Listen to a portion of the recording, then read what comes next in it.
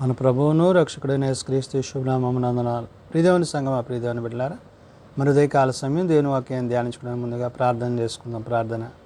కృపగల తండ్రి, దయగల మహేశయ్య, నీ బంగారు పాదాలకు లెక్కలైన వందనాలు, స్తుతులు, స్తోత్రములు. గతించిన రాత్రి అంతా నీ రెక్కల చాటును కాచి కాపాడి సంరక్షించిన దేవా, హృదయకాల సమయం సజ్జలెక్కను చేరి ప్రార్థించుండగా వాక్యమైన దేవుడు వాక్యం ద్వారా నాతో మాతో మాట్లాడి మీరే మహిమగంతా ప్రభావాలు పొందమని యేసునామమున నడుచున్నాం తండ్రి, ఆమేన్.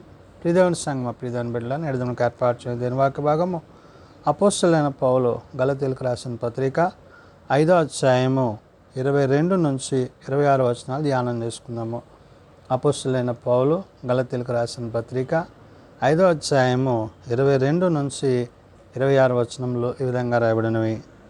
అయితే ఆత్మఫలం ఏమనగా ప్రేమ, సంతోషము, సమాధానము, దీర్ఘశాంతము, దయాళుత్వము, మంచితనము, విశ్వాసము, సాత్వికము, ఆశా నిగ్రహము.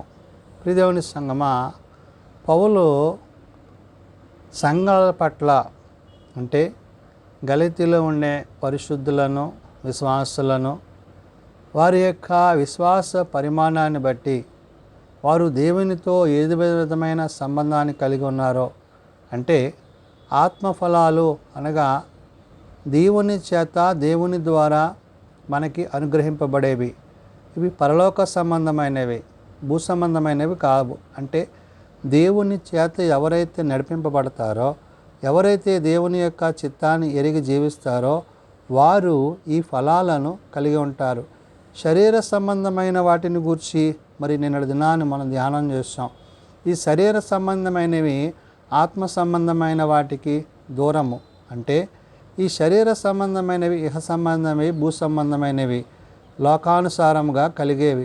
కానీ ఆత్మఫలాలు దేవుని ద్వారా అంటే పర సంబంధమైన, పరలోక సంబంధమైన దేవుని చిత్తాన్ని జరిగించేవిగా మనలను ఆయనతో సదాకాలము నివసింపజేసేవి ఉన్నవి. కాబట్టి ఇక్కడ పౌలు అంటున్నాడు, అయితే ఆత్మఫలం ఏమనగా ప్రేమ, సంతోషము, సమాధానము. ప్రేమ అంటే ఆయన మొదట మనల్ని ప్రేమించి ఆ ప్రేమకు తగినట్లుగా మనల్ని ఆయన సిద్ధపరిచారు. ఆయనే మొదట మనల్ని ప్రేమించారు కాబట్టి ఆయన ప్రేమ స్వరూపి అయి ఉన్నారు. రెండవది సంతోషము. ఈ సంతోషము మనము ఆయనతో సదాకాలము ఉండేదిగా ఉన్నది. అంటే ప్రభువు ఏదైతే మన కొరకు పరలోకమందు ఆయన యొక్క నివాసములో మనకి స్థలము సిద్ధపరిచారో అక్కడ మనము ఆయనతో పాటు సంతోషించు వారముగా, సదాకాలం ఉండేవారంగా ఆయన మనలను ఆ ప్రేమ యందు నిలిపారు.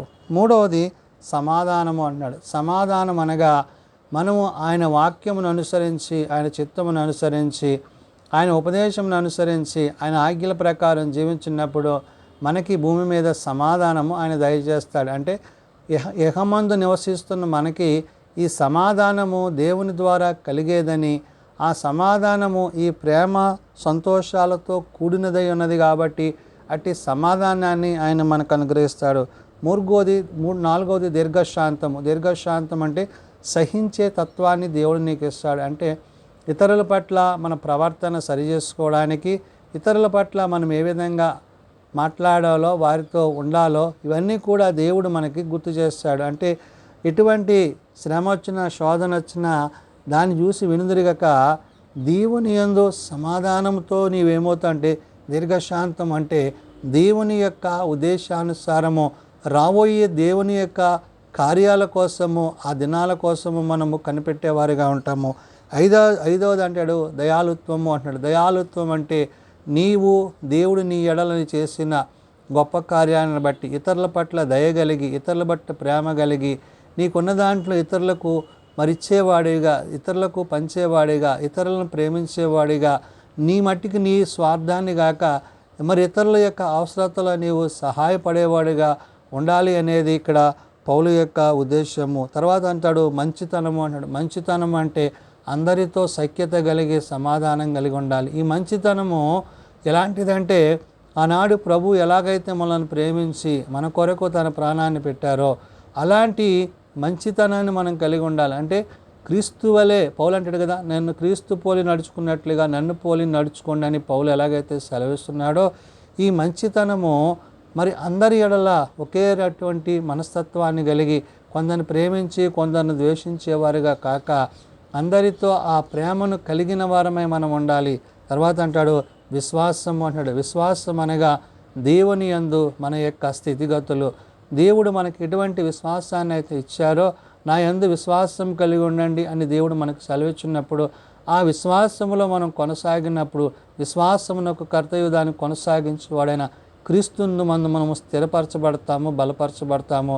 అటువంటి విశ్వాసము అంటే ఆయన యందు నమ్మిక కలిగి, ఆయన యందు ప్రేమ కలిగి, ఆయన యందు సంతోషము కలిగి, ఆయన యందు సమాధానము కలిగి ఈ యొక్క విశ్వాసములో ఏంటి విశ్వాసం అంటే వినుట వల్ల విశ్వాసము. వాక్యము ద్వారా ఆయన మనతో మాట్లాడుతున్నప్పుడు ఆ వాక్యమైన దేవుడు ఆయన మాటలు మనకు తెలియజేస్తున్నప్పుడు ఆ వాక్యమందు మనము విశ్వాసము కలిగిన వారుగా ఉండాలి.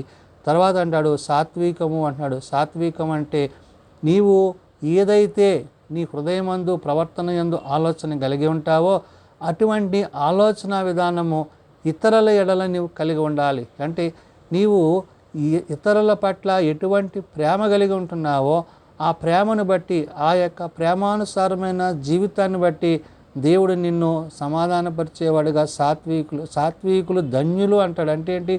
ఈ ధన్యత ఎలా కలుగుతుందంటే మనము దేవుని యొక్క చిత్తాన్ని ఏ వాక్యమైతే ఏ విశ్వాసం అయితే మనం కలిగి ఉంటున్నామో ఆ వాక్యాన్ని బట్టి విశ్వాసాన్ని బట్టి ఆ సాత్వికత అనేది మనకి దేవుడు అనుగ్రహిస్తాడు. తర్వాత అంటాడు ఆశా నిగ్రహము అంటున్నాడంటే దేన్నైనా సహించగలిగిన స్థితి, అంటే ఓర్చుకోగలిగిన స్థితి, ప్రతిదానికి కోపపడక, ప్రతిదానికి ద్వేషించక, ప్రతిదాని యందు మరి మన హృదయములో ఒక చెడు తలంపు కలిగి ఉండకుండా ఆశా నిగ్రహం అంటే దేన్నైనా తట్టుకోగలిగిన స్థితి దేవుడు మనకి ఇస్తాడు. ఇవన్నీ కూడా ఆత్మఫలాలుగా పౌలు ఎక్కడ తెలియజేస్తుంటాడు.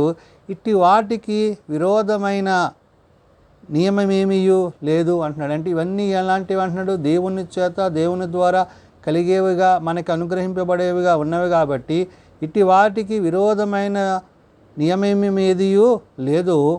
క్రీస్తు యేసు సంబంధులు శరీరమును దాని ఇచ్చలతోనూ దురాశలతోనూ సిలువ వేసి ఉన్నారు అంటున్నాడు. అంటే క్రీస్తు యేసు యొక్క సంబంధం అంటే ఎవరైతే ప్రభువుని కలిగి ఉంటారో ప్రభు యొక్క ప్రేమ యందు నిలిచి ఉంటారో వారందరూ ఈ లక్షణాలను కలిగి ఉంటారు. అంటే శరీర సంబంధమైన వాటిని విసర్జించి ఆత్మ సంబంధమైన ఫలాలను పొందుకోవడం అనేది ఆశీర్వాదకరము, దీవెనకరం అనే విషయాన్ని పౌలు గుర్తు చేస్తున్నాడు. అందుకనే ఇట్టి వాటికి విరోధముగా నియమింపదేదియో మరి లేదు కాబట్టి వీటన్నిటిని మనం ఏం చేయాలంట? కలిగి ఉండాలంట. వీటి యందు మనము జీవించాలి. అందుకనే క్రీస్తు యేసు సంబంధులు శరీరమును దాని ఇచ్చలతోనూ దురాశలతోనూ సిలువ వేసి ఉన్నారు అంటున్నాడు. కాబట్టి బాహ్య సంబంధమైన వాటి యందు మనస్సు పెట్టక ఆత్మ సంబంధమైన వాటి యందు స్థిరత్వం కలిగి ఉండాలి. కాబట్టి మనము ఆత్మను అనుసరించి జీవించు వారమైతే మా ఆత్మను అనుసరించి క్రమముగా నడుచుకొందుము అంటున్నాడు. ఏ ఆత్మ మన యందు అంటే పరిశుద్ధ ఆత్మ దేవుడు తన యొక్క సన్నిధిని మన ఎడల చూపించినప్పుడు ఆ ఆత్మ యందు మనము జీవించి ఆ ఆత్మానుసారంగా మనము నడుచుకునేవారిగా ఆ ఆత్మానుసారంగా జీవించేవారిగా ఉండాలి. అందుకనే మనము ఆత్మను అనుసరించి జీవించువారం అయితే మా అంటాడంటే ఈ యొక్క ఆత్మ ఫలాలను కలిగి ఉంటే నీ జీవితం ఎలాగుంటుందో పౌలు చెప్తున్నాడు. ఆత్మానుసరించి క్రమముగా నడుచుకుందామా ఏమంటున్నాడు? ఒకరినొకరము వివాదమునకు రేపకయు ఒకరి యందొకరు అసూయ పడకయు వృధాగా అతిశయింపకయు ఉందాము అంటున్నాడు. అంటే ఒకరి పట్ల ఒకరికి ఉండవలసిన ప్రేమ కలిగి ఉంటాము. రెండోది ఏమంటున్నాడు? వివాదము రేపక అంటున్నాడు. అంటే వివాదము అల్లరికి చోటియక, అల్లరితో కూడిన ఆటపాట్లకు చోటియక, శరీర సంబంధమైన వాటికి మనస్సేయక నీవేమవుతున్నావంటే ఆత్మయందు నిలిచిన వాడు అవుతావు. ఆ ఆత్మ ఫలాలను నువ్వు కలిగిన వాడు అవుతావు. కాబట్టి ఒకరినొకరు వివాదమునకు రేపకయు అంటాడంటే మీరు ప్రేమ తప్ప మళ్ళీ ప్రేమకు విరోధమైనది ఏది ఉండకూడదు అంటున్నాడు. ఒకరి యందొకరు అసూయ పడక అంటున్నాడు. ఒకరిని ఒకరు అసహించుకొనక ద్వేషించుకొనక ఏమంటున్నాడు? పడక అసూయ పడకయు వృధాగా అతిశయ పడకయు ఉందాము అంటున్నాడు. అంటే మనం అతిశయం ఎలా అంటే ప్రభువునందు అతిశయించాలి. ప్రభువుని బట్టే సంతోషము. ఆయన మనకు అనుగ్రహించు ఆ నిత్యజీవం ఏదైతే ఉందో ఆ నిత్యత్వములో ఆయనతో మనము సదాకాలము జీవించాలంటే పౌలు సెలవిస్తున్నట్లుగా ఈ ఆత్మ ఫలాలు మనం కలిగి ఉండాలి. ఆనాడు గలతీ సంఘము ఎలాగైతే ఆత్మతో సత్యముతో దేవుని యొక్క సన్నిధిలో జీవించాలని వారికి పత్రిక రాశాడో, నేడు సార్వత్రిక సంఘానికి పౌలు చెప్పే మాట ఏంటంటే మనము ఆ ఆత్మానుసారంగా నడుచుకొని ఆ ఆత్మయందు జీవించి ప్రభువుతో పరిశుద్ధాత్మతో తండ్రితో యుగయుగాలు జీవించే వారమై ఉండాలని ఈ ఉదయకాల సమయమున పౌలు భక్తుడు తెలియజేసిన మాటలు. ప్రార్థన చేసుకుందాం. ప్రేమ నమ్మకం కలిగిన మా తండ్రి, కృప కలిగిన దేవ, నిజమైన ఆయన, నీ యందు మేమును మా యందు నీ మాటలు నిలుచున్నట్లు మీకేది ఇష్టం అడుగుడని నీ వాక్యము సెలవిచ్చినట్లుగా ప్రభువా, నీతో యుగయుగాలు జీవించగలందులకు నీ నిత్యరాజ్యము చేరగలందులకు అట్టి కృప దయచేయండి. ఆత్మ ఫలాలలో ప్రభువా ప్రేమ, సంతోషము, సమాధానము, దీర్ఘశాంతము, ఆశా నిగ్రహము ఇవన్నీ ప్రభువా మీరు మాకు అనుగ్రహించి ఉన్నారు. కాబట్టి నాయనా వీటన్నిటిని మేము కలిగి జీవించుటకు మీ సహాయము దయచేయండి. నాయన ప్రేమ లేనివాడు నావాడు కాడని నీ వాక్యం సెలవిచ్చింది. కాబట్టి మేము ప్రేమ లేని వారముగా కాక నీ వాక్యమందు నిలిచి నీ ప్రేమ యందు జీవించి సమాధానముతో సంతోషముతో నీ యందు జీవించగలిగిన కృప మా అందరికీ దయచేయండి. బలహీనలను బలపరచు తండ్రి, రోగులను స్వస్థపరచు తండ్రి, హాస్పిటల్స్ వద్ద ఇండ్ల వద్ద ఉన్నవారిని ముట్టండి, లేవనెత్తండి. తమ ప్రియులను పోగొట్టుకున్న కుటుంబాలను ఆదరించండి, సమాధానపరచండి. జన్మదినాలు, వివాహ దినాలు, కొడుకుల కుటుంబాలను ప్రత్యేకపరచండి. చిన్నబిడ్డలు, యవనులు, పెద్దలు, వృద్ధులు ప్రతి వారిని వారి వారి తరగతుల చొప్పున ఆశీర్వదించి దీవించండి. నేటి దిన పరిచర్యలో, సేవలో నీ సన్నిధి మాపై నుంచి మీరు ఆకడికి తగిన సిద్ధపాటు మా అందరికీ దయచేయమని వాతావరణాన్ని నిమ్మలింపచేయండి. వర్షాలను తగ్గించండి, తుఫాన్లను తగ్గించండి. ఆ విపత్తుల్లో ఉన్న కుటుంబాలపై నీ సహాయం అనుగ్రహించి నెమ్మది, సమాధానము, నీ కనికరము, కృపలో దయచేయమని యేసు ఉన్నత నామమున ప్రార్థించి వేడుకొనుచున్నాం తండ్రి. ఆమెన్. పరలోకమందున్న మా తండ్రి, నీ నామం పరిశుద్ధపరచబడుగాక, నీ రాజ్యం వచ్చుగాక, నీ చిత్తం పరలోకమందు నెరవేర్చున్నట్లు భూమి మీద నెరవేరుగాక. మానుదినానుడు మాకు దయచేయం. మరలా ప్రార్థన చేసిన వారిని మేము క్షమించి ఉన్న ప్రకారం ఆ ప్రార్థనలను క్షమించుము. శోధనలో తేకాచులను తప్పించుము. రాజ్యము, శక్తి, మహిమ నిరంతరము నీవేనవు తండ్రి. ఆమెన్. మన పరమ తండ్రి అయిన దేవుని ప్రేమ, ప్రభు అయిన యేసుక్రీస్తు కృప, పరిశుద్ధాత్మ నిత్య సహాయము నిరంతరము సదా తోడండి సంరక్షించునుగాక. ఆమెన్.